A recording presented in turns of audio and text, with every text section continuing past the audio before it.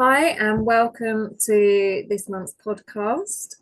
Today, I have Andreea from Shire Apothecary joining me, and we're going to be talking about herbalism, about plant spirits, about medical herbalism, and all the different ways you can study it and bring it into life.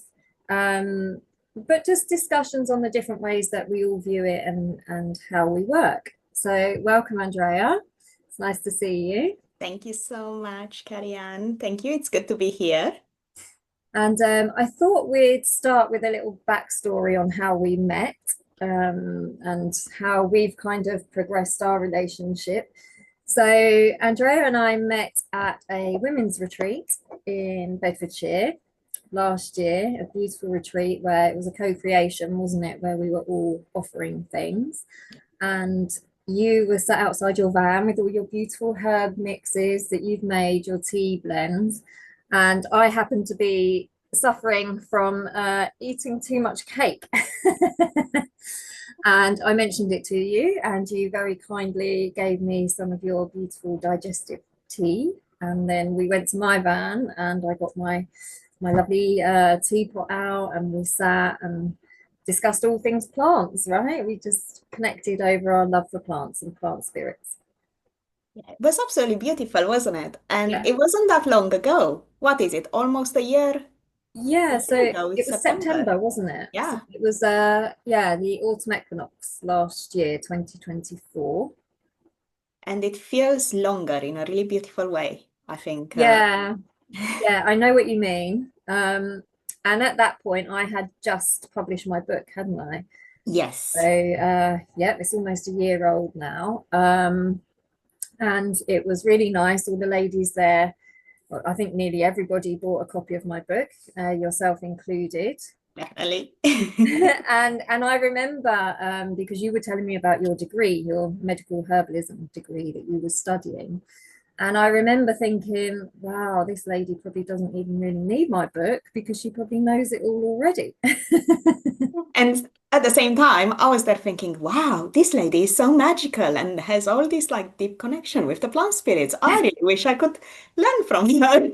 So So yeah, we we were kind of so like came into our friendship both with respect and awe for each other and our different ways that we were learning. So mine, well, I think you're pretty similar as well, but mine was kind of my beginning was as a child in the garden and talking to the plants and playing with them and making potions and rose water mainly.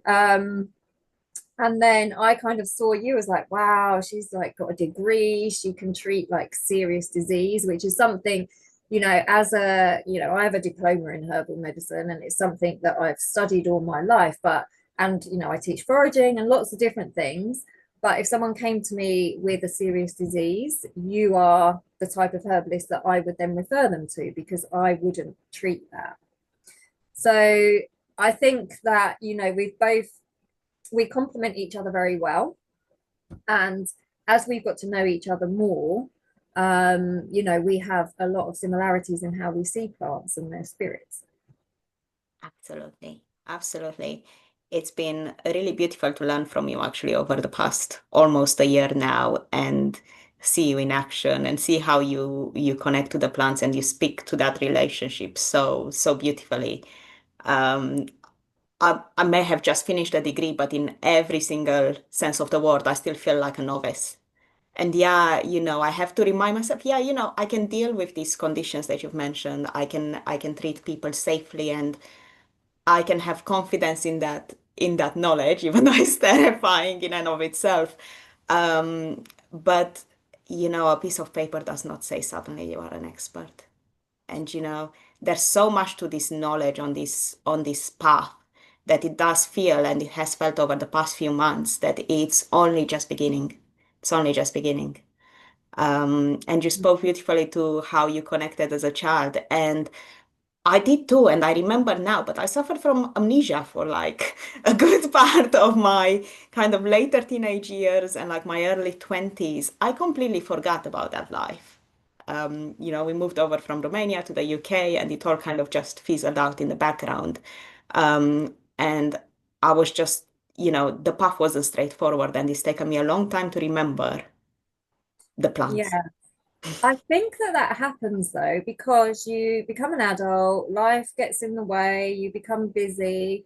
I mean, I started my homeopathy degree in my 20s, then I moved abroad, and then it kind of all, it just life gets in the way, I think. And for me, when I had my children, I moved into homeopathy purely for the safety of it, because obviously you do have to be careful with herbs. You have to know exactly what you're doing, you have to know dose. Whereas with homeopathy, the worst thing that's going to happen is it's not going to work. So I feel like I kind of went on a journey through homeopathy, and then kind of forgot everything a little bit for a little while, just because I was busy paying mortgages and working and looking after kids and doing everything that you do. Although obviously I always used homeopathy and herbs with my children, so they didn't go to the doctors a lot, and they didn't take a lot of pharmaceutical medication either. And then it's kind of like I naturally got into it when my children back into herbs when my children got older. It was like, oh, I don't need the safety net of homeopathy now. I'm going to go back into the herbs and deepen my knowledge with them. So I do think that unless you sort of go straight from education into herbalism or something like that, then you can lose it a bit along the way.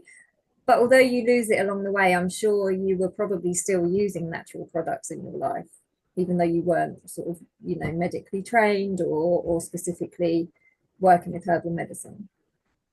Absolutely, yeah. I mean, even if it was chamomile tea, like, I think such a gentle, it's on every supermarket shelf. Uh, but it was definitely still there. That I guess there are things that you don't forget, or it's almost like a muscle memory. Oh, I've got a bit of upset tummy. I'll make myself a cup of tea because that's what grandma used to do, you know, Yeah. even if you don't give it much more thought beyond that. No, exactly.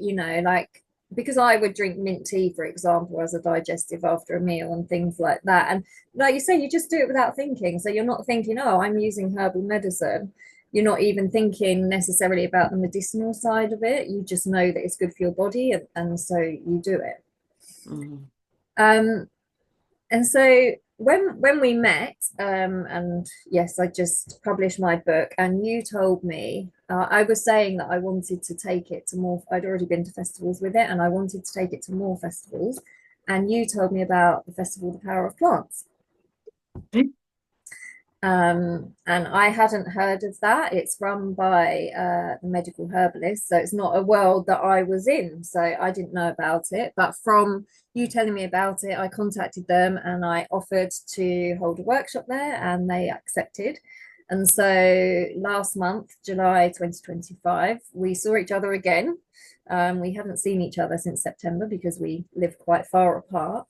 And yeah, we spent a beautiful weekend in Shropshire at the Power of Plants Festival.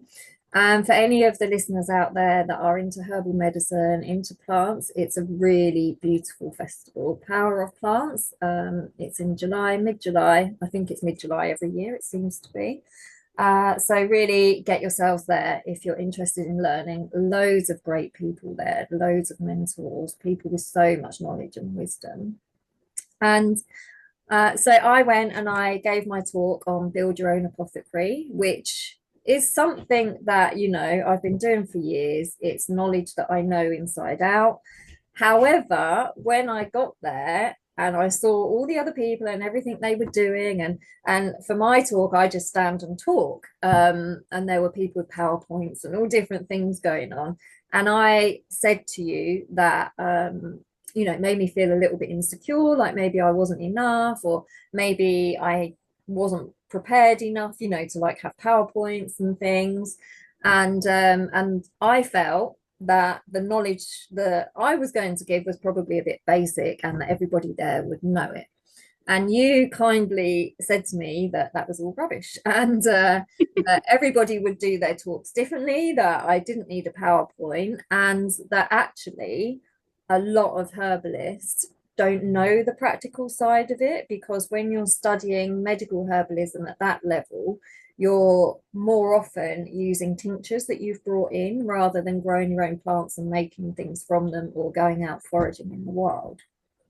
So that opened up a conversation with us, didn't It did, yes, a beautiful voice note conversation. it? And we discussed, so at the festival, you said something to me that I'd never heard of because, like I say, I'm not in that sort of medical herbalist world.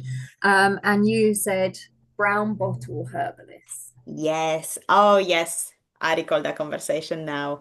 Yeah, the brown bottle herbalist term. It's not one I was aware of before I started the degree. I mean, to be honest, I wasn't aware of a great deal before I started the degree. I went from I don't know what I'm doing with my life to this is what I want to do with my life to literally a couple of months later starting it when I didn't think it was going to be possible. But brown bottle herbalist is not, I don't want it to come across as a derogatory term in any way, No. shape, or form. It's just a description of what you've spoken to of herbalists that practice by getting tinctures in, but don't necessarily have that physical, in real life meeting connection with the plants. So maybe they don't grow the plants themselves, or even they aren't that great at identifying the plants that grow around them.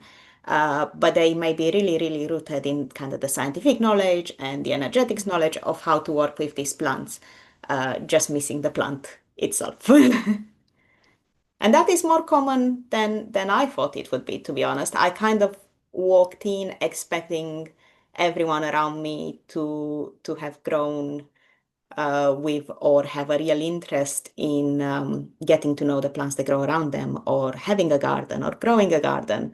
And it really opened my eyes to actually there's not really just one way of being a herbalist. There are so many different ways of being a herbalist, and that's one of them. Yes, exactly. It's not derogatory at all. It's just a different way of working. And those people are doing amazing work with the tinctures that they bring in. But like you, I actually just, I don't know, it's a preconception, a prejudgment that we have that, and actually it's quite eye-opening to know that not everybody works in the same way. So like for my talk, for example, so many people there came up to me afterwards and said, I didn't know any of that.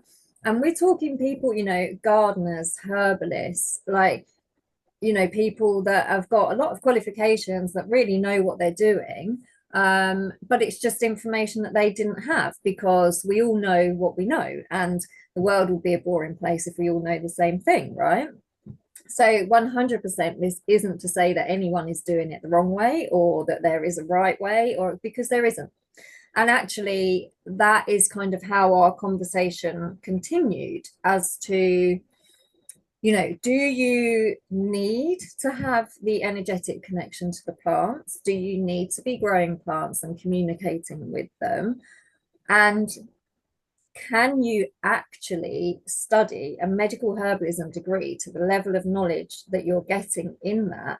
And also at the same time, connect with the plants and study the plant spirits and build up that communication with them. And we kind of both came to the same conclusion that that would be a lot. Yeah. It's a lot to ask of one person, of one human being to do.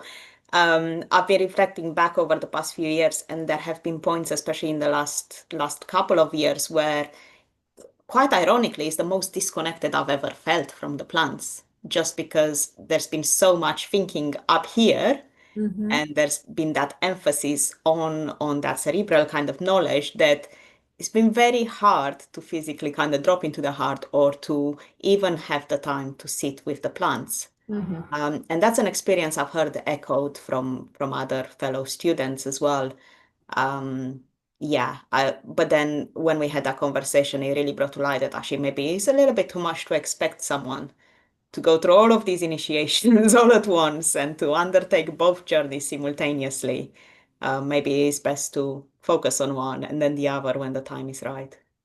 Yeah, and maybe sort of what you're naturally drawn to, because maybe some people aren't actually, they're interested in the science of it and they're kind of coming at it from a more pharmaceutical medical side, and actually they're interested in what the plants can do for our body, but the other side of it they're not interested in, and that is perfectly okay as well.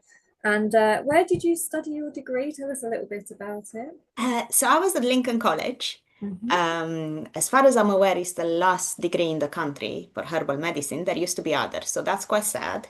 Right. There are a few other schools that offer private courses, so there are options out there, but not many. There's not many places to train in something so wonderful. I mean, I don't know about you, but I was never told about this as a career option at school. I wish a career Yeah. advisor back then had told me, oh, by the way, did you know these degrees exist? But I didn't, and I guess things find us at the right time. But is sad that there isn't more kind of emphasis put, like I guess with anything else that's nature related or connection related, it doesn't fit the current paradigm. It's not needed in the view No. of some. Yeah.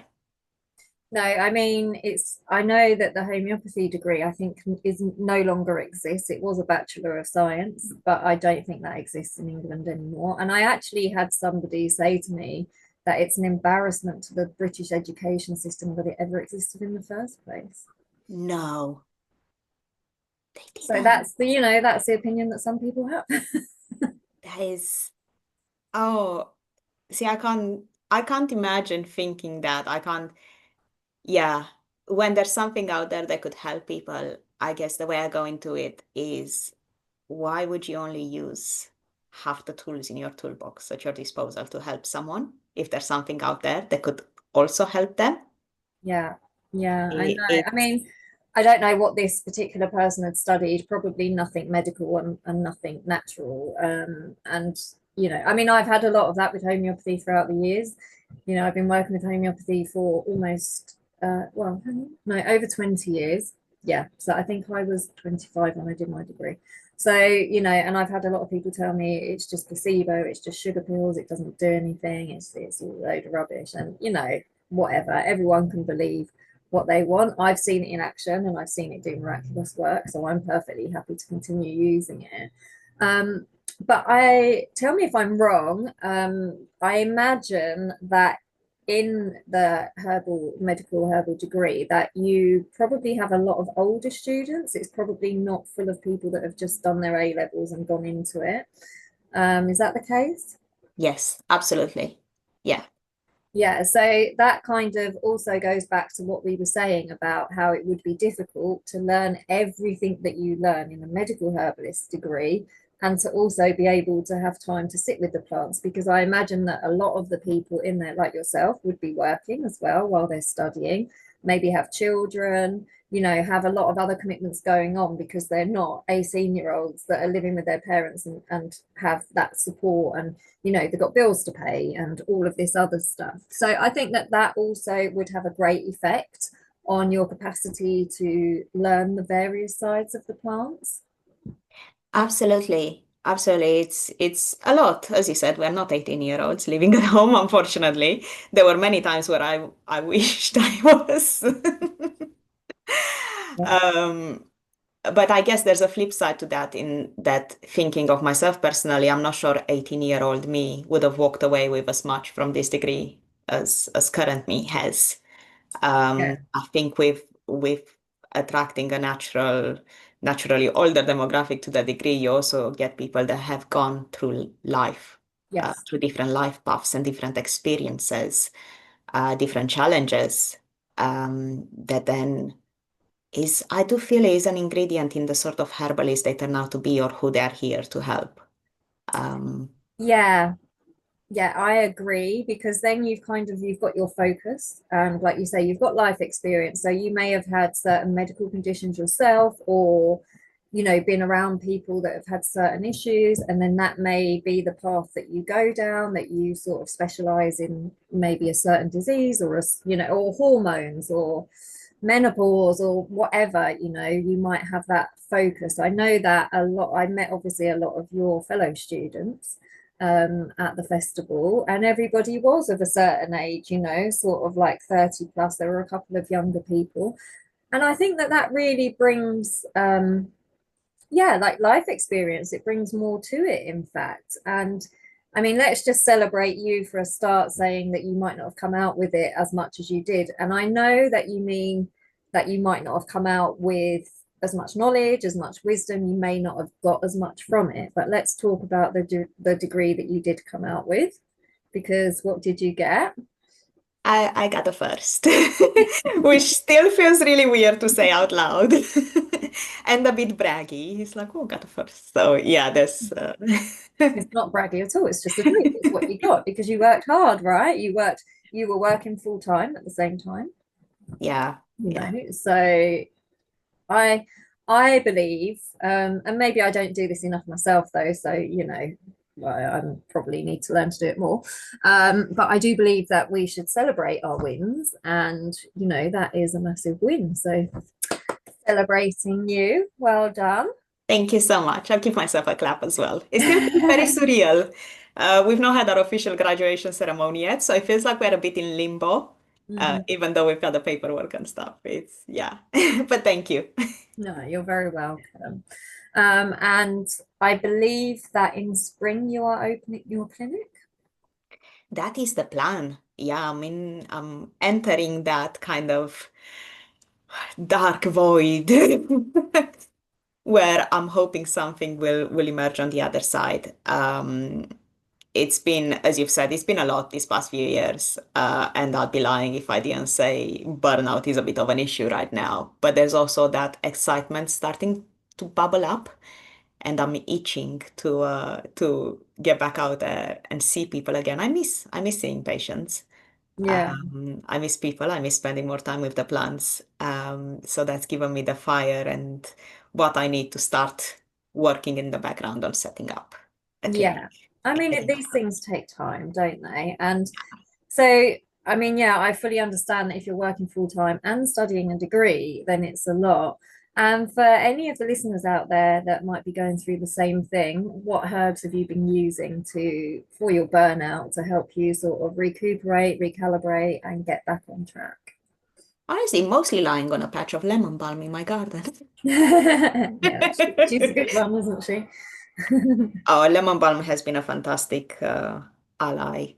Um, Chamomile, just nice nervines, to be honest. Mm. Nothing too punchy, nothing too. I mean, I do have a prescription that I take as well, but that's a longer standing thing. Um, Honestly, the most powerful remedy has been just being able to slow down, get back out there in nature, even if it's the garden, doesn't have to be far away, and to just sit and to just sit with the plants. Yeah. Some days, and there have been days where it's like, I actually cannot be bothered to make a cup of tea, which is terrible. Coming from a herbalist, we has to make a cup of tea. What do you mean? But to me, it's emphasized that plant medicine is more than just, taking and ingesting. They're just being around a plant that you feel is an ally. Another one that's growing in my garden that has been a great support is Angelica archangelica, our garden Um, Angelica. mhm. And she's been standing majestically in the back of my garden, like kind of upright and proud and taking up space. All things I need to learn. Wow. Yeah, I do believe that as well, that the plants show us where where we are, I don't like to say lacking, because that's not the energy of it, but just showing where we can improve, Mm, or where maybe we could work on a certain thing. So, like you're saying, taking up space, standing proud, and you know, like we've just talked about your degree, and you said, oh well, it feels a little bit braggy to say I got the first. When you know, why should it feel braggy? Because that is what you got, right? And I yeah. imagine that if I was to sit here and say I got a first degree, you would say you should be celebrating that. Let's Yeah. celebrate you. So I think we all have that issue where, you know, with my book, like when I first wrote that book, everyone was like, oh my God, you must be so proud. And I was like, well, it's just a load of information put together in a book, you know. And I kind of felt that because it wasn't fiction and I hadn't used my imagination or some, you know, it's weird. I wasn't even that proud. I'm glad it was done. I was glad I'd actually finished it. But it probably took me a good couple of months to actually go, yes, I am proud of this book. And I think a lot of that came from feedback because the feedback that I got was exactly my idea with the book. So I wanted the book to be simple to follow, with plants that everyone could find. You know, I took all the pictures myself so that I could have pictures in different stages, because I feel that a lot of herbal and foraging books, they use drawings, which is beautiful, but doesn't really help you when you're out in the field.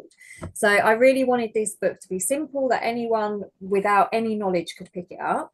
But also, I wanted it to give something to people that did already have some knowledge, you know, people like yourself who already work with plants, who already know a lot of the medicinal side, but you can still get something from it, because it's either the folklore, or it's looking at plants in a different way to the way that you may have looked at them, or, you know, whatever. So I do fully understand that sometimes, I don't know, kind of we're like our own worst enemies in a way, aren't we? That we don't give ourselves what we would give to others.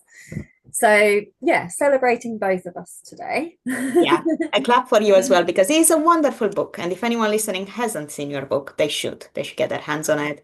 It's wonderful to carry around, have in your bag when you're out and about. So yeah, Thank you you. should And be that very is proud. another thing, that I wanted it for people to take out and about. I didn't want it to be like a coffee table book that's just sitting there. Hence why, I mean, I've already told you this, that I wrote it with 3 recipes per plant. And then when I formatted it, they really didn't fit in the book. So it's just 1 recipe per plant in the book. And then people that subscribe to my website, which is cary-anne once you subscribe, you get an email with 91 recipes, because I didn't want to waste the work that I'd done writing out all these recipes. So what I did was I made it into a PDF with pictures of the plants, so that you still get some identification with it. So that's free for everybody, regardless whether you have the book or not. And I just want to go back to lemon balm, actually, that you mentioned, because I put a lemon balm in the ground in my garden a couple of years ago. And, you know, I know that any gardeners out there would go, oh, no, you don't put mints in the ground. That's a terrible thing to do. And she has taken over. Yes, she has, most definitely.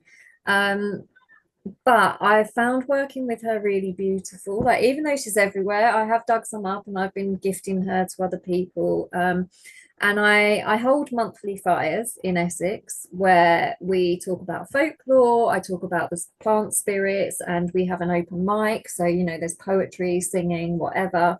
And then I take a load of instruments and we have a jam and we sing. And it's to bring back those ancestral ways of seasonal living. You know, we talk about the solstices, the equinoxes, how our ancestors would be living foraging right now and making stores for winter and all these kinds of things, because part of my mission right now is to bring that back, you know, like, not to go backwards, because technology is great, that's how we're sitting here doing this, but just to sort of reconnect to nature and bring back that ancestral wisdom, which would have been our birthright. You know, we would have known all of this, and really it's been wiped out with a very short period of time, you know, just a few generations, where a lot of that knowledge and wisdom has been lost. So I actually took lemon balm to the last fire, and I made lemon balm tea in a cauldron over the fire, and we did a fire prayer with the lemon balm, and I talked about how I see her personality. Now, when I talk about plant spirits, I don't actually expect everybody to agree with me and have the same view on the plant spirit, because the same as people, we might all receive and perceive a person in a different way, because we might see a different side to them or whatever. So it'd be really interesting to get your opinion on lemon balm, because for me, lemon balm is kind of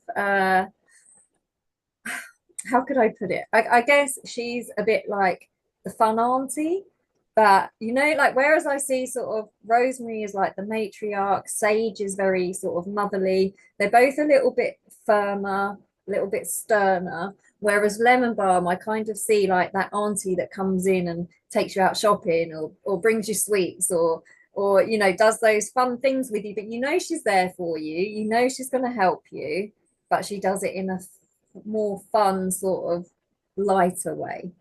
So I'd be really interested to hear how you experience lemon balm.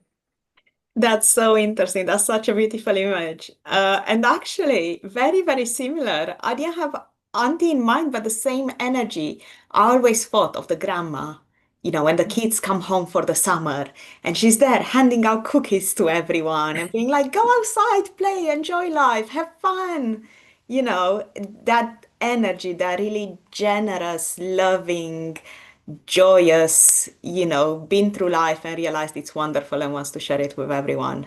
And that's what I see when I'm around lemon balm, and that's what's been such beautiful medicine this summer.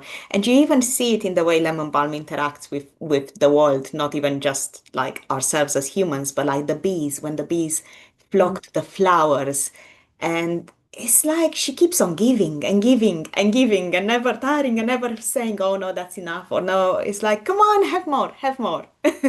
Yeah, that's beautiful. And I know what you mean, like the grandma that yeah, like does all the things that the parents probably don't want her to do Yeah. anyway. But at the same time, you know that if you cut your knee outside, you can come in and she's going to help you. Absolutely. So she's going to give you all the fun, but all the love and the nurturing that you need. Yeah. And Beautiful. I, so my garden's been a bit of a building site for the last couple of years. So unfortunately, it's been slightly neglected. And this year, the building's finished. I've been able to go back and do everything that needs doing for the plants. And I'm not a great one for pruning. I'm very much, my garden. I mean, my garden isn't a suburban garden. It's a working garden. So it's more like a small suburban small holding, as it were, but without animals, just all plants. And I actually have had to sort of prune my plants, which, like I say, I wouldn't normally really do, but they've needed it because they've just been left. And I mean, the lemon balm is everywhere. She's actually, I think, wiped out the St. John's wort, which is a bit sad, but I'm trying to bring her back because the roots are still there. Um, but I noticed that when I chopped her back, I've done it all in stages because I've been a little bit scared of like going into to like fast cutting things back, and I've sat with the plants and asked them. So with the lemon balm, I took a lot off the top, um, and she was still quite big. And yeah, like she just shot out flowers for the bees straight away. I was absolutely amazed. I was like, wow, you haven't didn't really have many big leaves left. I left some so that she could still get the sun. And after about maybe a week of this sort of what I would call quite a large, hard prune, she said to me, now I want the rest off. And I was like, well, but then you've got no leaves, like you're only going to have like these tiny little leaves. She's like, yeah, that's fine. I actually want the rest off. I was like, are you sure? And she said to me, watch the magic that occurs below once you chop that off.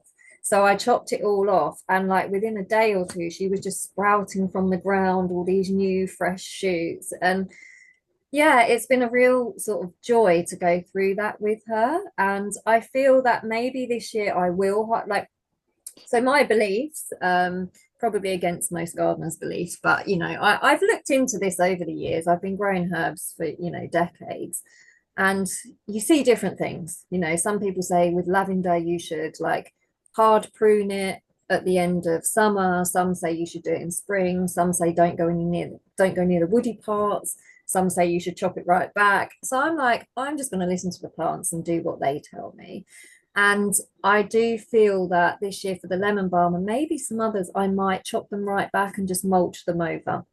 So the reason why I didn't chop them back was because I felt in nature they stay with their dead aerial parts and that protects them from the cold. So that was my whole thinking around not chopping them back. Because yeah, in nature they wouldn't have someone come along, they would have all of that. So I would normally go in sort of spring, get rid of the dead parts so that the new parts can flourish. But yeah, it's a really interesting when you're gardening not by a book and not by what other people tell you, but what the plants tell you, or even if you don't hear the plants, what you feel around them, what you feel they need. Because I did a very similar thing with the sage. I chopped some back, chopped some more back, and honestly, it was like as soon as I did what they wanted and chopped back the bits that they asked me to, they started like doing this. It was like they were having a little dance. And I mean, maybe it was just the wind, I don't know, but I wasn't really feeling a lot of wind at the time. But yeah, it was like they kind of went, oh, that's better. Like after you've had a haircut and you like, it was like that. Yeah, just lost, a little bit of unnecessary weight. Yeah, Yeah, exactly. So yeah. do you feel like that in your garden as well? I do, yes. I am terrible for pruning anything because I'm like, I don't want to hurt you. I don't want to take it off. Like, no, you're beautiful as you are. And the same, I come from the same kind of like idea of the in nature, no one will come along to prune you. And I've almost felt the response, yeah, but we're not in nature. We've got you. Do your Yeah. job.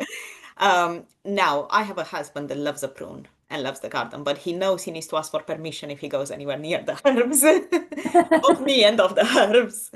But I've gone on a similar journey. There's been in my garden, the motherwort is Yes. beautiful. She is magnificent. And last year, I just let her stand up basically till spring. All the seeds dispersed everywhere. I thought, oh, that's so beautiful. I will never trim you down. However, this summer has felt different. She kind of did her flowering for a long period of time. The seeds have started to disperse. I have so many baby mother awards. I could start my own nursery. But I had that same pull of like, actually, just give me a trim. And I Mm. resisted it for about a month. I'm like, no, no, no, you don't need a trim. It's like, well, give me a trim. No. It's like, and one day she poked me. I don't know if you know the motherwort seeds. Once it's gone to seed, she's really spiky.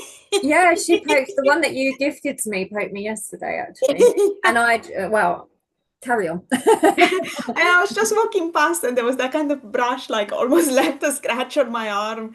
And it made me stop and think, is that, it's like, yeah, just prune me. So she's now been cut hard back and mulched over.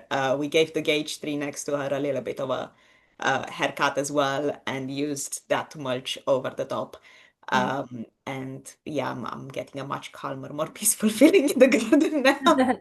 But isn't it funny that I think that's it with working with plant spirits. I don't know how you find it, but sometimes it's hard to know where is our own perception, where is our own feelings we are imposing onto the plant, and where the plant is trying to give a message. And sometimes I think, am I thinking it? Is it my subconscious thinking it? Is it the plant thinking it? And yeah, I'd be interested to know, like, how do you navigate that? Do you find that sometimes it's hard to know where one ends and one begins?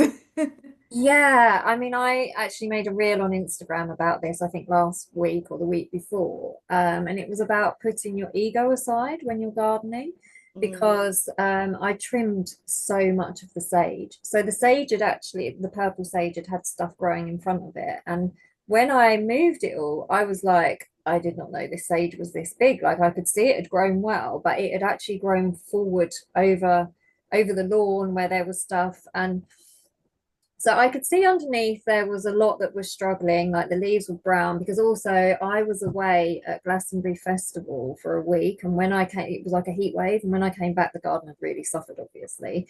Um, and so I trimmed a lot from underneath.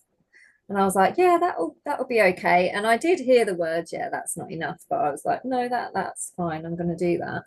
And then maybe a week or two later, because I'd left a lot of sort of branches underneath, and I checked a couple of weeks later, nothing was starting to bud on those. And I was like, yeah, you want to lose those as well, don't you? So I took them off. And then there was a bit where my dog had actually walked through the middle of the plant. So she was kind of like scooped out like this and then growing about a foot away from the plant and all this stuff. So it just gradually I did it bit by bit. And then there was one day where she said to me, yeah, I want all of this off. And I was like, no, you don't want all of that off. And she was like, yes, I do. And I was like, no, that's too much. Like that might hurt you. You're not going to be the right shape or whatever was going through my head. And she was like, no, I definitely want it off. And at the time, I was in the middle of doing lots of other things. And I said, okay, I will do it, but not right now, because I want to do it when I have the time to sit quietly, connect with you, and just chop off what you want. So I think I did it a day or two later when I had loads of time. I wasn't thinking about other things, and I just sat with her And honestly, I took so much off that I was just like, oh my God, are you going to be okay? And yeah, the next day, all the woody parts all started shooting. Like, she has got so much growing. And I'm like, yeah, that was what you wanted. You wanted light. This is the physical side of it without the sort of spiritual side of it. You wanted light.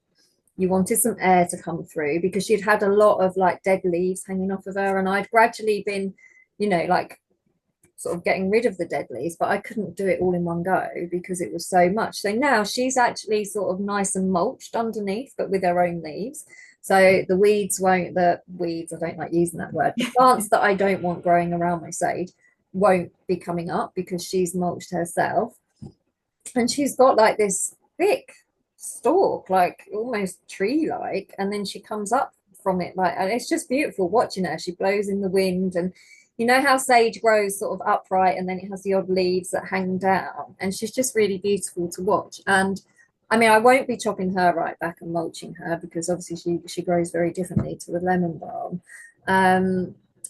But yeah, and so for the purple sage, like with sage, like I said earlier, I feel like it's very motherly plant spirit. And I have garden sage, variegated sage, and purple sage. And the purple sage has done better than, well, sorry, I shouldn't say that because I feel like I'm saying that the others haven't done well enough. I don't mean it like that. I just mean that she has grown a lot bigger than the others. The garden sage actually has kind of taken a couple of years to settle in. But yeah, I feel that she so these are all mothers, okay, if we see all the different sages as mothers, and the purple sage is kind of like that mum that always turns up at the school gates looking really nice, Yeah. the one that's always, you think, wow, how do you even manage to look like that every day, because she just has that extra sort of special fancy look about her. I So can see that. does that resonate with you, the same? Yeah, absolutely. Yeah. Yeah, it's I think it is so different when, I guess, I see plants like humans Mm. in some, I mean, probably better than humans to be fair, but we won't go into that. But yeah, I think you have a different relationship with them when you look at them as, I don't really like to say people, but sentient beings, let's call it that. Mm. And you can listen to them. I don't know if you know this, but I have my own range of flower remedies. I call them plant spirit essences because I didn't just use flowers, I used different parts of the plants.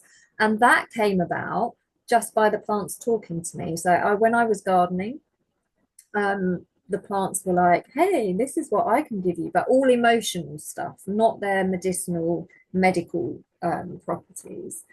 And it was really interesting, actually. I mean, there was one, I was just sat on my sofa, like you do, and a plant, I heard, you need to find a purple rose because you can make medicine from purple rose that will help people open their third eyes and connect to their intuition. So I was like, then I had to look on the internet, do purple roses exist? Because I'd never seen one. And they do exist, but I didn't know where to get one from. And then a few days later, I was walking around my village and I saw some in someone's garden, in their front garden. No. So, like the weird village witch that I am, I knocked on their door, obviously, and said, hi, I'm weird. Can I have one of your plants? No, I knocked on the door and said, I make herbal medicines and I need a purple rose. Could I have one? And the lady very kindly let me take one. So I have the purple rose medicine for people that, want to open their third eyes, to work with their intuition, to connect to themselves and to nature and everything else.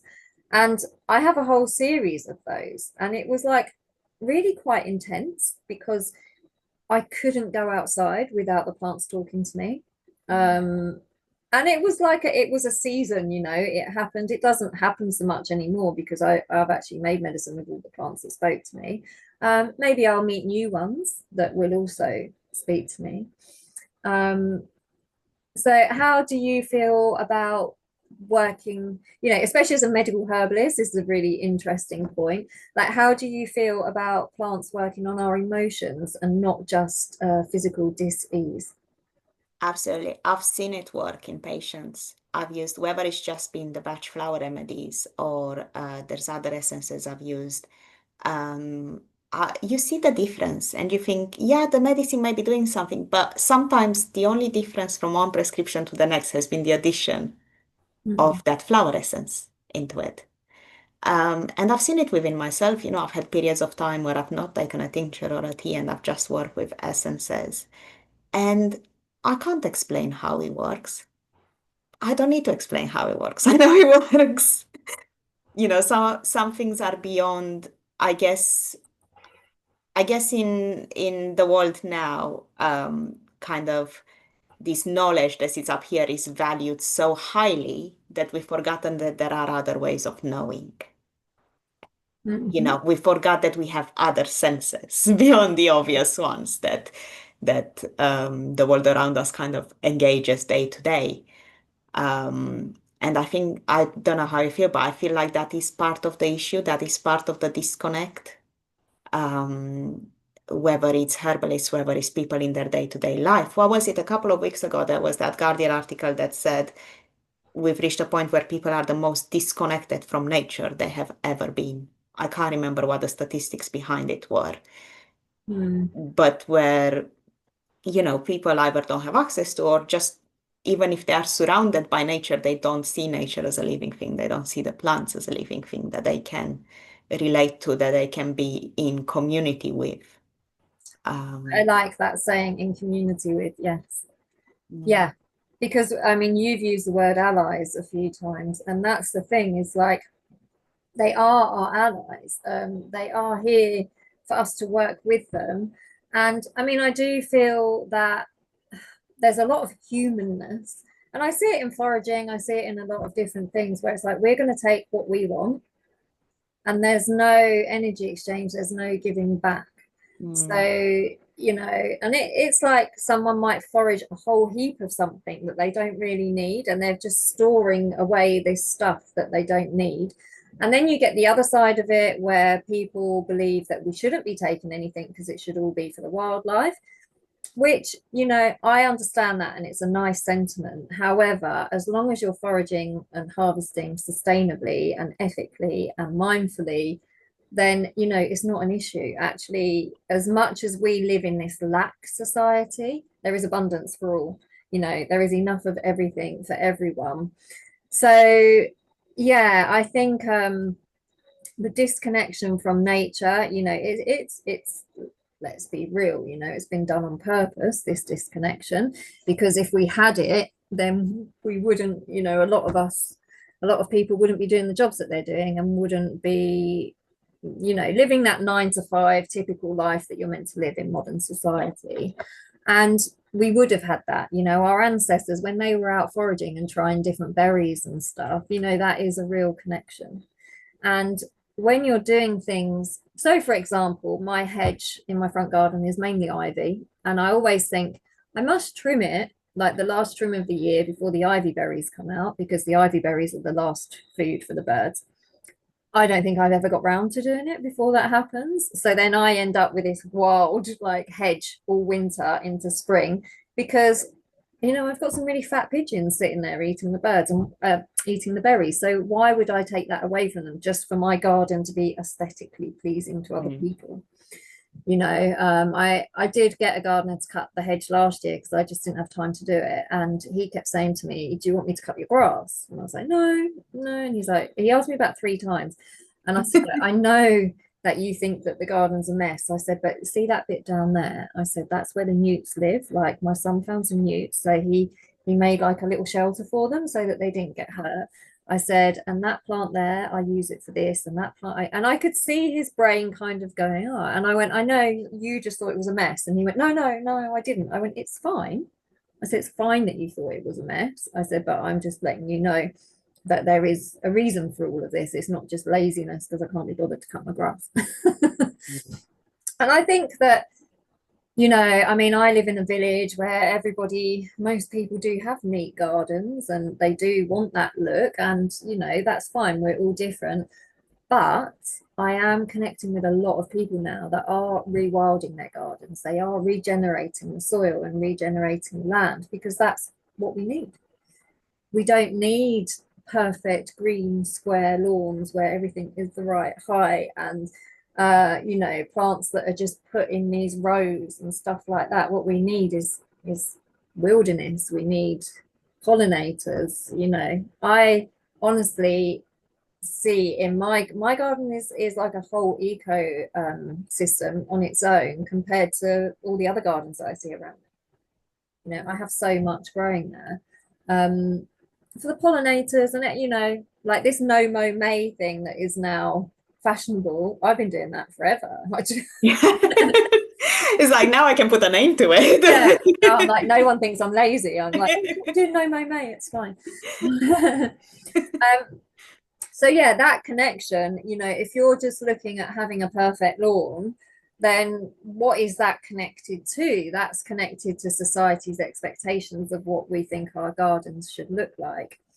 And that takes us back actually to our conversation that we had about connection, disconnection, and everything else. So we mentioned about tinctures, which I do teach people how to make tinctures.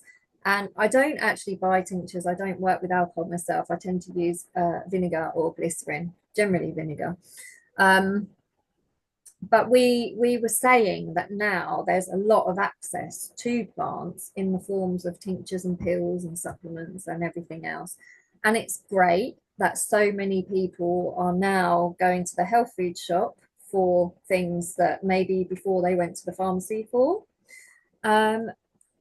But yeah, how do we feel about the connection in that, because if you're going to a health food shop and buying a bottle of something with a nice label, are you connecting to nature? Are you connecting to that plant? Is it the first step into nature connection? Yeah, how do you feel about that? I think it's a yes and a no. I think it can be. For some people, it can be the first step that opens them up to actually there's a different way of living. Mm. Actually, plants have a lot more to offer than I thought they did. They're not that annoying weed in my garden. They actually, serve a purpose. And I don't like using that phrase because they're not just there for us to serve a purpose. They're there because they exist and they live and they have wonderful lives. Um, but equally, I think was the plan, I truly believe you take the medicine, it will do its work whether you believe in it or not. I Yeah, think you can deepen that by having a connection with the plant. But purely physiologically, the tincture's gonna work. The tincture's gonna do it whether you believe in it or not. It's not that a confidence issue. It's gonna do the job. Um, However, I think we've almost skipped a few steps. We've come, people are a lot more interested in natural medicines, and I think that is wonderful. It is a yeah, recovery turning, and that's beautiful. But it's almost like they've gone, we were here, we weren't interested in natural medicines, and we jumped all the way over all the wonderful things, the growing your plants, the making a cup of tea, the thinking about what you are eating and your food and the herbs you're using in that. We've gone straight to another bottle or another pill. yeah. Hmm. So it's a pharmacy in another brown bottle, in another pill sachet. It's I feel like perhaps there is that pull that it's not medicinal unless it comes in a form that I recognize as typically medicinal, as typically pharmaceutical. And I Yeah. say this as someone that does work with tinctures a lot and does work with pills. And, I'm not saying don't, I'm not saying they don't have their place. But how many of the people that are walking into a health food store necessarily need to jump straight to that tincture? It's that perception that it's more potent, and it is, yeah, in some ways, but that I need is the strongest or the most exotic, Mm. not the nettle, not the dandelion, but I don't know, the ashwagandas and so on. And again, I work with ashwagandha, absolutely love ashwagandha. Mhm. Um, but there's that pull to what we recognize and what we've been conditioned to recognize as medicine Yeah, and to reach for the exotic, for the unusual, not for your garden weed. yeah. you've touched on some really interesting points there.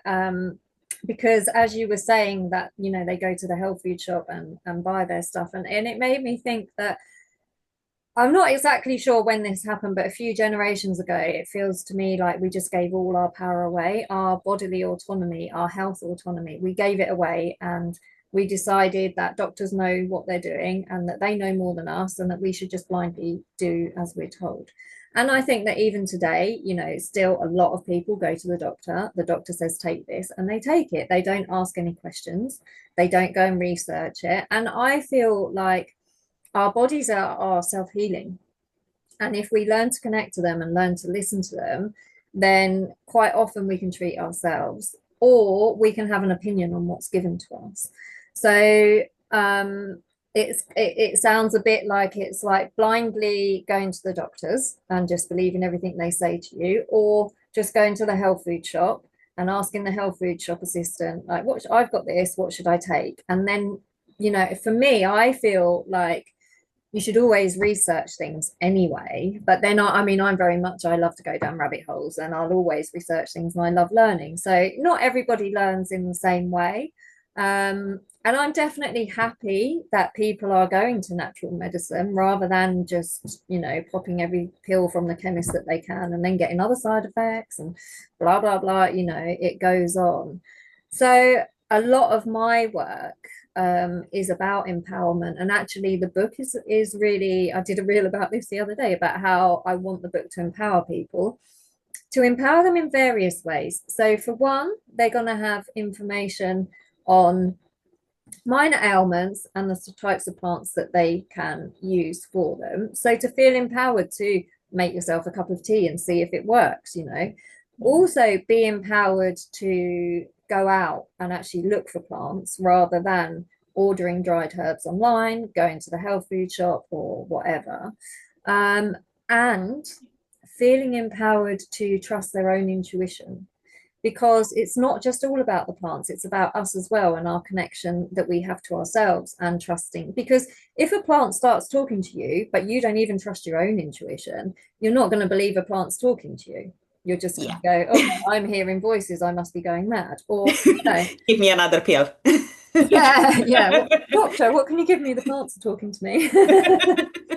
And now, don't get me wrong, I mean, when I first got into hearing different things talking to me, I also did wonder if I was going mad, you know, because we're taught that if you hear voices, you're going mad, right? So, you know, I think that most people that have been through a spiritual awakening or, you know, that kind of journey will at one point think that they're having a nervous breakdown or something like that. So, you know, it is a massive journey. And actually, my online group, The Magic of Nature, is all about that. So it's about communicating with plants. We focus on one plant each month, and delve really deep into its personality, into its medicine, what we can make with it, making crafts with it. I'm actually making oracle cards each month from each plant. So that will be me, you know, making the art of the plant, but including the messages into the plant. So at the end of the year, I will have a deck of oracle cards that are the plant's messages to me of what they said, and I will be able to use that with people or use it for myself or whatever. So, but in all of that, you know, people are using their intuition, because I'm there to guide people. You know, I give journal prompts each month related to the plants, but I also let people know, you know, do some automatic writing, just sit next to the plant, see what happens. You don't, it's not all about, right, I need to sit with this plant and ask it this and get this from it. And, you know, it's just a case of just being. And I actually saw it was about an African philosopher, and he was talking about how in the Western world, time exists, and time is something that it's like a currency. We spend it, we waste it, and things like that. Whereas in African, or in his African culture, I don't know, obviously Africa's a big place, and it might not be the whole continent that feels like that. But he was saying that in African culture, they believe that you make time. So time doesn't exist until you make it. So he said that like a Westerner seeing someone sitting under a tree would be like, why are they wasting time sitting there Mm. under a tree? But actually they're making time. So you make time by receiving messages and then taking action on those messages, and that's when time exists. So I'm probably not explaining that very well because it was much longer than that and much more in depth, but it felt very aligned with working with plants and the type of work that we do, because to plants, like as we're seeing this year, we've had such unusual weather for this country. The plants have all ripened, the fruits have all ripened really early. Plants have gone to seed really early because they don't know about time. All they know is the weather is doing this right now, so we're going to do this. And we have completely lost that. In winter, we should be sitting around, keeping warm, eating our stores that we've stored up over summer and autumn. But we're not. We're still going doing our 9 to 5s. We're working at exactly the same speed that we've worked at all year. So, yeah, there's a lot of lack of connection to everything, really, isn't there, in nature? Absolutely. And that's so beautiful. Thank you for sharing that story about time. Like, I think more people need to hear that and sit with that concept that actually we make time. Um, and you know what? Time in itself, time, the way we see it now, it's not been around that long, has it? In terms No. of looking at the clock and so on. What was it? Was it the trains? It was something to do with the trains, wasn't it? That everyone Yeah. started synchronizing like their clocks and actually saying, oh, I'm gonna meet you at 12 o'clock rather than when the sun's high in the sky, we shall meet by the willow tree. Yeah, that's what I was going to Yeah. say. When the shadows cast over the oak. Yeah. Um, isn't it mad how quickly we've gone from that more intuitive, in tune, in sync with the seasons way of living to yeah, wake up at Yeah, the same time, work at the same pace, and if you don't, you are seen as less than as a failure. You're not lazy. coping. Why are you not coping? Why?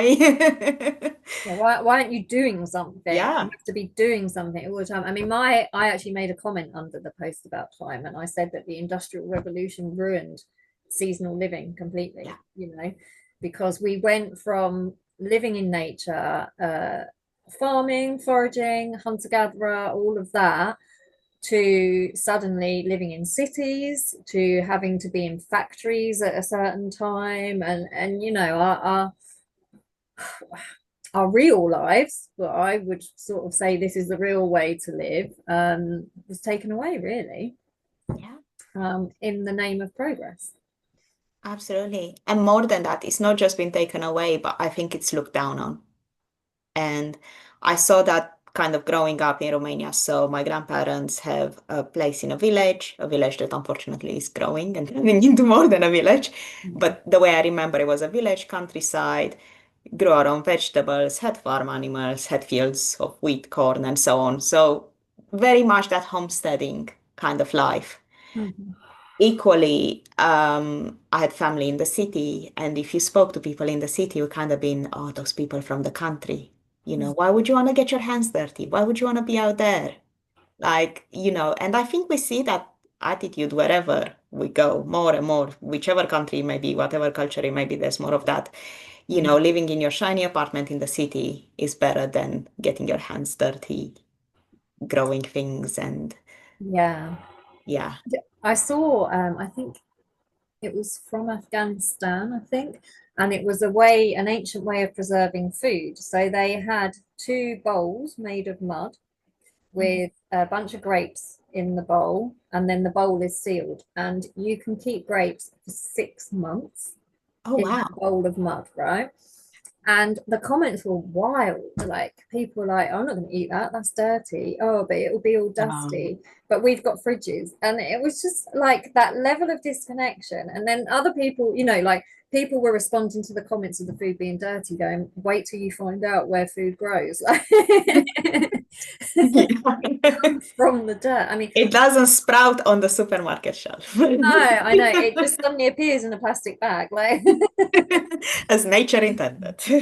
yeah, and I actually I feel that I don't feel that dirt is dirty. I know that like just the two words, dirt and dirty, but for me, like actual soil, I don't feel like that's dirty at all. Like I don't mind soil. For me, dirt is more like, I don't know, like rotten thing, not even rotten food, because then that's just compost. But I don't know. Like to me, having soil on my hands doesn't feel dirty. No. No, no, I feel that it's not. And they say, I mean, I don't know what the statistics are now, but there used to be this bacterium in soil that I think has declined, Mm. that was really beneficial to our health and has had links to gut health and our microbiome and so on. And obviously, because we don't eat stuff that's had a bit of dirt, or even if we wash some of it off, so it's not crunchy, um, we've lost that connection. Everything's sterilized, everything's bleached. It's mad. And as you are speaking, I remember this. Kind of story what happened when we first moved to the UK, and I was on a like day trip with school. It was like a science, you know how in science that go out and do like field trips where you'd go out and count like blades of grass or crickets in a square. And we were just walking, it was just like local fields, and we passed through an orchard, and I did what came naturally to me as a feral child that had lived in the countryside and climbed trees and ate anything in sight that I knew was edible.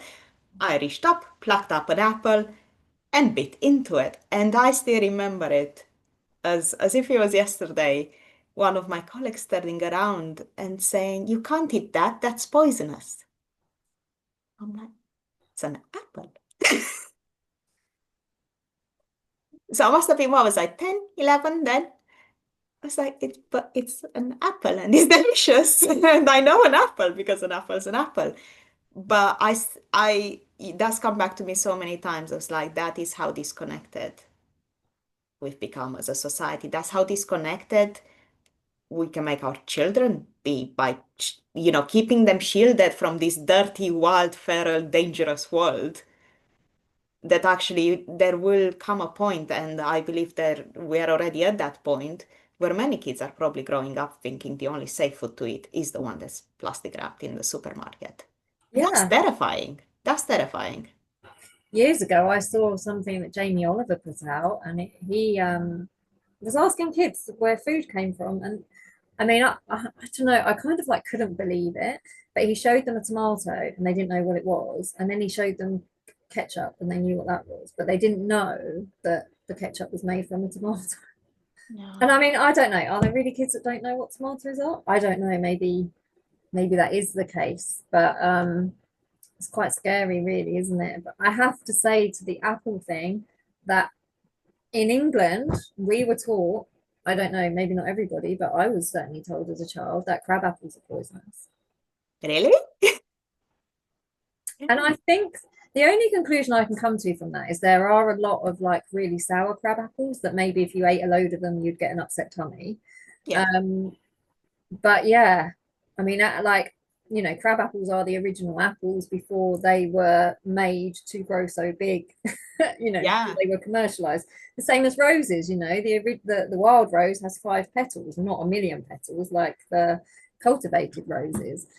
Um, so yeah, it is interesting. One thing I can say, which like does give me a lot of hope, is that with my work, like the foraging walks, for example, everyone is super interested. I mean, obviously they're interested, that's why they come, otherwise they wouldn't come.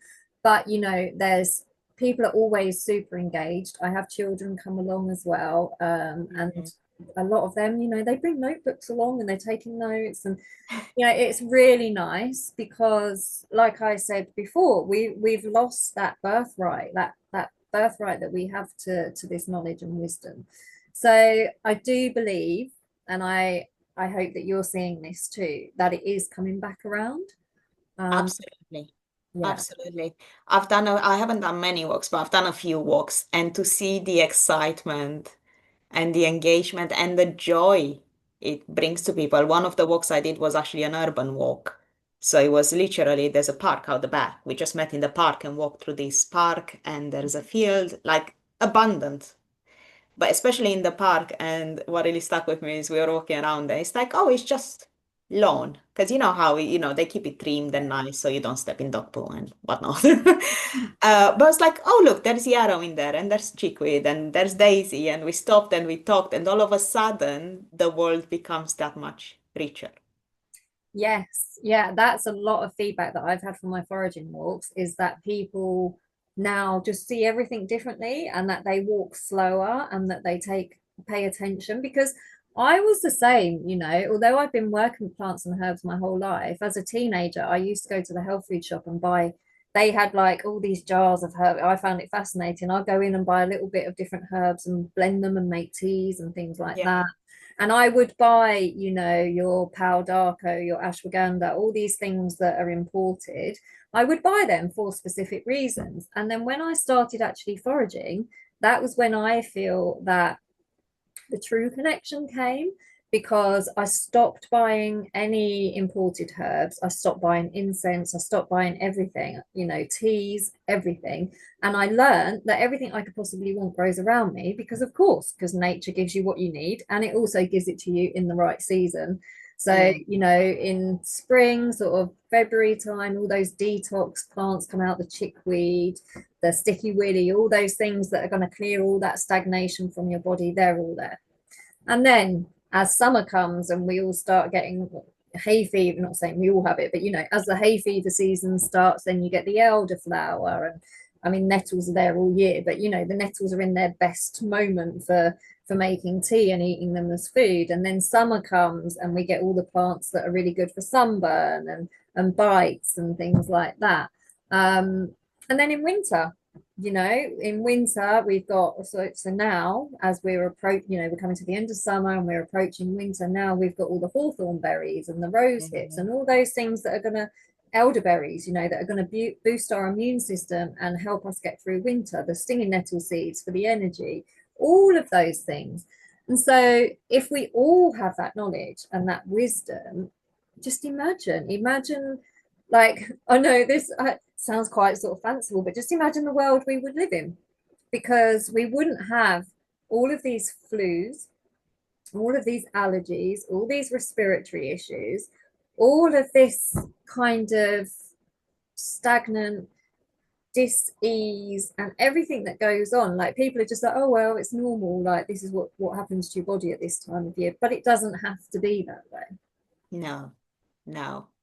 Yeah, you've hit the nail on the head there. It doesn't have to be that way. And I think we've almost been sold a lie that you have to suffer, and it's just the way it is. And there's no other choice other than, getting some allergy tablets or, yeah, I love this time of year. And I think another thing that, like, I'm really passionate about is also showing people that connecting to medicine and connecting to these medicinal plants they don't necessarily have to take the form of medicine. Like, I'm really passionate about food. I love cooking. I love Mhm. food, and actually how much we can incorporate these herbs and these plants and the berries into foods that we enjoy. Um, and yeah, make them part of our day-to-day life. It doesn't have to be, I love elderberry syrup. It's fantastic. But actually, one of my favorite things to make is just like a hedgerow jam. Yeah. And I'll use elderberries and I'll use blackberries and I'll use rose hips and I'll use whatever I can find, in that season. I just chuck them in the freezer. And when I have enough, I'll take them out and I'll prepare them. And then have it on a slice of toast with a, bit of butter if you like butter or whatever it is you want to have, or on a pancake and have that throughout the winter. And it doesn't have to be, toast up on a little spoon or taken with a spoonful of sugar. It can be something that we enjoy and that we make part of our day-to-day life. And I think that's the difference. I'm reminded, and I actually can't remember who said it now, but let food be thy medicine. Yes. I'm a great believer in that. And actually, Simon Mills, wonderful mentor, his talk at the Power of Plants, that I really enjoyed it, because it actually wasn't really about medicine, it was about eating. Yeah. And I feel that that is the best way to get it in us. And you touched earlier about saying that you didn't want to make a cup of tea. And I actually have been through the same thing this past week. I've been having some sinus issues, and I kept thinking, right, I need to have a few cups of nettle tea every day, and then that will sort it out. And for some reason, every day I was getting to the end of the day and I drank loads of tea, but for some reason, not nettle tea. And I was like, oh, why am I doing this to myself? But I've been going out every day harvesting nettle seeds, barehanded. I've actually got like some holes in my fingers. I don't know if you can see them. Oh yeah. Yeah. Because obviously, you're pinching really hard. But I was like, I'm eating the nettle seeds. So I made some banana pancakes with nettle seeds in the other day. Um, yeah, I'm just adding them to everything. Although the other night I couldn't sleep till about 3 o'clock in the morning. So I think I overdid it on that day. But anyway, that's a lesson learned. But what I realized is that every day I want to harvest nettle seeds anyway, because I want to have my stock to last me over winter. So by doing it with my bare hands and getting the sting, I actually don't need to then go and make tea, because as Mm, soon as I've finished harvesting nettle seeds, the swelling that I have here goes right down. yeah. So I thought, okay, maybe that was the whole message of not making the tea, because it's a ritual, isn't it? I mean, I love tea, as you know. So it's not a ritual that I don't want to do. I don't really know what was stopping me. But now that I've gone through that process, I'm like, yeah, that was the lesson learned in all of that, that I need to go and do this every day anyway at the moment because it's the season for it. So don't put pressure on myself to give myself medicine, just live my life and I will get that medicine anyway. Absolutely. Absolutely. So, so beautifully said. And I think it was similar with the lemon balm. I don't think I needed a cup of lemon balm tea. What I needed was to sit there, rub the leaves, and have a little sniff, the aromatherapy aspect of Oh, it. yeah, I do that all the time. I like when you so as you walk up my drive, up my path to my front door, you're met by mugwort, sage, lemon balm, chocolate mint, rosemary, and then juniper. And that is they're all my allies that keeping me not safe, because it's not that I'm unsafe, but I don't know. They're just what I like to have in the front garden. Mm. And I walk past every day and I'm like, I just have a little stroke and smell. And then by the time I get to the front door, I've got all the different smells in my hand. Oh, beautiful. Oh, it's so nice. So I think that we've covered a lot of ground and we've talked about many different things. So just to bring it back to the beginning of what we were talking about with, tinctures and pills and connection, to bring a conclusion to this, I feel that, we've agreed on the fact that it's great to have the connection. And it's also great that people are turning to natural remedies, that there is a lot to learn, and like I always say, foraging takes at least a year, but it's not really a year, it's a lifetime. But it's a year at least because you need to see the plants in their different phases. So, yeah, we agree that it's great to have all of these sides, that not everybody wants all of those sides, and that's fine as well. We all work in the ways that we work. So, what would be your conclusion to close this talk on? Do we just work with tinctures and not grow plants? Do we do both? Or, do we all just do what feels right to us? I personally feel we do a bit of everything if it feels right to us. Mhm. So have the magic, have the science, have the medicine, have everything. Why would you close one door to any of those wonderful things? If your heart doesn't call to a particular aspect of you're not that way inclined, then don't do it. You Yeah. know, there's no obligation. As you said, there are so many different plants and plants and paths. Yes. And I think if we looked at all the different ways, if we got a room full of herbalists and we all spoke about how do you connect to plants, how do you work with plants, we wouldn't get two exactly the same answers. I think everyone No. has, and that's the beauty and that's the richness. And it doesn't have to be just herbalists, people out there. How do you connect with nature? And everyone will have their own individual stories of how they do that. It might be they have, a potted plant that they sit with, a fern by their bedside. They might not have a garden. Um, yeah, I think the takeaway for me is that we shouldn't second guess ourselves so much in Mm. terms of, oh, am I doing it right? Oh, is this how it's supposed to feel? Oh, but so and so said that mugwort should feel like this and this says this and so on. But I don't feel that. I feel this other thing. And I think we shut down we have a tendency to, if it's not in a textbook or if I haven't read it on a forum and someone's had the same experience, then it can't be true. Yeah. Yeah. And there's a quote from Stephen Harrod-Bunner. I'm not sure if you've read his books. Beautiful, beautiful books. I'll have to bring some along next time I see you. You'll enjoy them. But one of the books is called The Secret Teachings of Plants, The Intelligence of the Heart.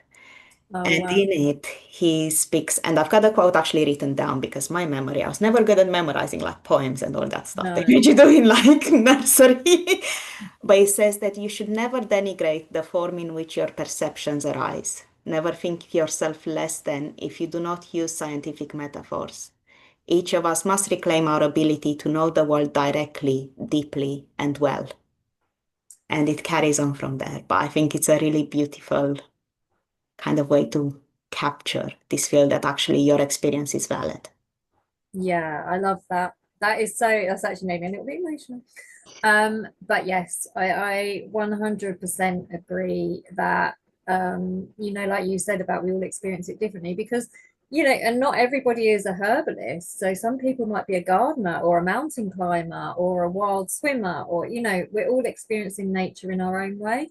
So I think, yeah, there isn't a right or wrong way. There's the right way for you, for each person. So thank you for joining me today, Andreea. It's been lovely talking, and I know that we could go on for hours and hours and We could, yes. many tangents. So maybe we'll do this again. And you've kind of given me an idea when you said about if you had different herbalists in the room talking about connection, that maybe that is something that we could do as well, is get, maybe half a dozen of us that are all come from slightly different angles and have a similar conversation again. So maybe that's something I'll arrange for the future. And if you are interested in what Andreea has to say, then look her up. Shire, is it the Shire Apothecary? Or It's Shire Apothecary on Instagram at the moment, and in the new year there will be a website as well. But if you follow me on Instagram, you'll get all the details. yes, so give her a follow, and then you can be the first to know when she opens her clinic, to receive her wonderful medicine and wisdom that she's going to share with the world.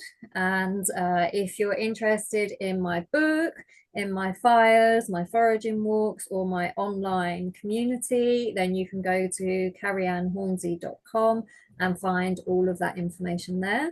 And I will see you again soon. Thank you, Andreea. Thank you so much. Bye. Bye.